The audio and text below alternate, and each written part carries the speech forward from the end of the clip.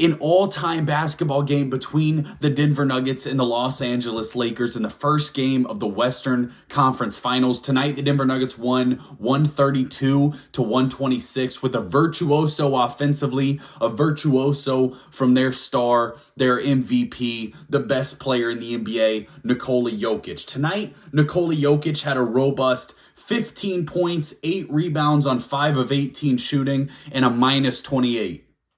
Oh, wait, that's Joel Embiid in Game 7 of his playoff series. No, Nikola Jokic, the true MVP, the true best player in basketball, had tonight 34 points, 21 rebounds, and 14 assists. A 30, 20, and 10, and he was above all of those numbers in truly what was a dominant performance. Everyone was telling me that Anthony Davis was going to be able to shut Nikola Jokic down, that the Denver Nuggets hadn't faced a defense quite like this Los Angeles Lakers defense, and they put up 132. Jokic had 34 points. So we're going to talk about this game, what we saw from it, some of the adjustments we saw at the end of the game because the Lakers did make a little bit of a comeback, and what the Nuggets can do to counter some of those things. We're going to talk about what we see going into next game as well, because this game was incredible. The Nuggets were up 21 points at one point, and then the Lakers came back, got it to within 3 with a couple minutes left, and the Nuggets ultimately closed it out. But it was a super tight game, super entertaining basketball game, and we saw a ton of great performances from a ton of stars. Before we get into it, take a second to subscribe to the channel. We're up over 1,300 subscribers. We're going to be covering every game of the NBA playoffs, so make sure you subscribe. It's going to be a ton of fun, and I'm super pumped for it. So tonight, what we saw early on, Nikola Jokic got off to a crazy start. I think he had 12 rebounds in the first quarter. He was completely unguardable, and the Lakers started with Anthony Davis guarding Nikola Jokic, and he was no match. When the Lakers would send a double team, Jokic was able to find the open man, and that was leading to great performances from Michael Porter Jr., from Kentavious Caldwell Pope, who really got going more so in the second half. Jamal Murray was playing great, Aaron Gordon, and then Bruce Brown. So Nikola Jokic was doing a great job dissecting the defense when they would send that double team when Anthony Davis was guarding him at the beginning of the game. Also, when you look at this Lakers team, Austin Reeves and D'Lo being on the court at the same time was a massive liability. The Nuggets were attacking that matchup, going straight downhill, and I can't tell you how many times Aaron Gordon just seemed like he attacked one of those guys in transition, and they were no hope. So ultimately, it'll be interesting to see what adjustment the Lakers make lineup-wise. My guess would be that they start Rui Hachimura, and that's the big adjustment that was made in this game. The Nuggets were unbelievable, and then the Lakers, and all credit to Darvin Ham on this one, made a decision to switch Rui Hachimura onto Nikola Jokic and have Anthony Davis come over in a help defensive role. And for a couple minutes of this game, it worked for a little bit. Now, heading into Game 2, I fully expect the Denver Nuggets to make an adjustment there. This is not something that's uncommon. It's not a wild strategy. When the Denver Nuggets play the Boston Celtics, a lot of times they'll guard Jokic with Grant Williams as a primary defender and have a guy like Rob Williams come over and try to play help defense. We've seen this in the past, even with LeBron James when he was with the Cavs or the Heat, I don't remember, but they would have the Celtics would have Rajon Rondo guard LeBron James, and then they would have KG come over and play help defense when he would get closer to the paint. It's a strategy that's been used. It's a strategy that works when it's made mid-game to throw that opposing player off. But ultimately, when you have a player the caliber of a Nikola Jokic, he's going to figure that out, and it's not going to be something that's going to be super effective going forward. Now, you're going to hear a lot of pundits. Let me go ahead and tell you this. You're going to hear a lot of people say that this was a good sign for the Lakers and a bad sign for the Nuggets. That the Nuggets won Game 1, but the fact that they were up 21 and they came back, you're going to hear a lot of people say that the Lakers should feel great about this. I couldn't disagree more. A game came straight down to the wire in Denver with a couple days rest before Game 2. The Lakers are a very old basketball team, and the fact that they played big minutes, let me go look at the minutes tonight. Anthony Davis gave you 42 minutes. LeBron had 40. Austin Reeves, he's younger, but he had 42 minutes. Heading into game 2, I think the Nuggets are in an excellent spot. An excellent spot. Both teams shot unbelievable from the field. The Lakers shot 54.8%. The Nuggets shot 54.9%. The Lakers shot 46% from 3. The Nuggets shot 47% from 3. The Lakers shot 89% from the free throw line. And the Nuggets won the rebounding battle by 17. When you look at what's sustainable and what we expect to continue over as a series go along, rebounding is something that translates from game to game. That's not a flash in the pan kind of thing. 3-point shooting and as far as field goal percentage, the entire game, the Nuggets were getting fantastic looks. At the 3-point line, Kentavious Caldwell Pope, Michael Porter Jr., now Jamal Murray and Nikola Jokic obviously hit some very difficult shots. But all in all, the Nuggets got great looks all basketball game. And that's why they have a 1-0 lead in this series. I love the way that they pulled that out.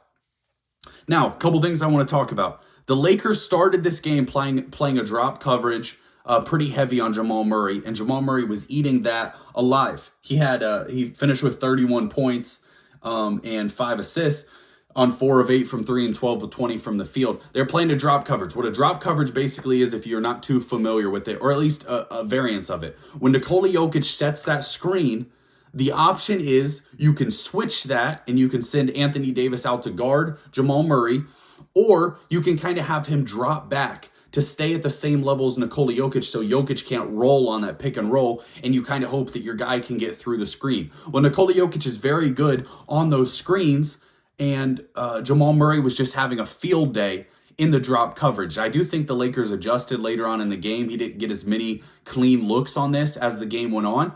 But if they decide to play a drop coverage, or if the Lakers decide to go with that 3-guard lineup like they did again, they're going to get toasted. And that's the reason they gave up 132 points tonight, because that was absolutely no match for what the Nuggets are able to do offensively. We see that the Nuggets are the best offensive team in basketball. They're led by the best offensive player in basketball, and they're led by a star.